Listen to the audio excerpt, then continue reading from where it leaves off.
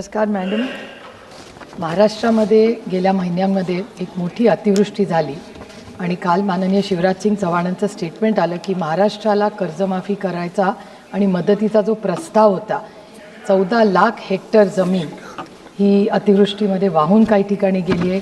शेतकरी प्रचंड अडचणीत आहे. पण हे दुर्दैव आहे की कालच्या शेती मंत्र्यांचं कालचं स्टेटमेंट होतं की महाराष्ट्र सरकारकडून काहीच प्रस्ताव अजून आलेला आहे. हे दुर्दैव आहे की हे सरकार सत्तेमध्ये येताना वारंवार महाराष्ट्राचे माननीय मुख्यमंत्री सातत्याने बोलत होते की आम्ही सरसकट कर्जमाफी करू आणि महाराष्ट्राला शेतकऱ्याला या अतिवृष्टीमध्ये मदत करू, पण तसं होत नाही. आणि कालच्याच दिवसात जे पंचायत राजचं इलेक्शन झालं त्याच्यात हेलिकॉप्टर असेल, प्रायव्हेट असेल, ह्याच्यामध्ये सरकार इतकं मग्न होतं आणि महाराष्ट्राच्या इतिहासात पहिल्यांदा असं झालं की इतका सगळा गोंधळ काल पंचायतच्या इलेक्शनमध्ये झाला. हे महाराष्ट्राच्या इतिहासात कधी झालेलं नाही आहे. त्याच्यामुळे दुर्दैव आहे की महाराष्ट्र सरकार मग्न आहे. इलेक्शन पहिल्यांदा असं झालं की पारदर्शकता नाही.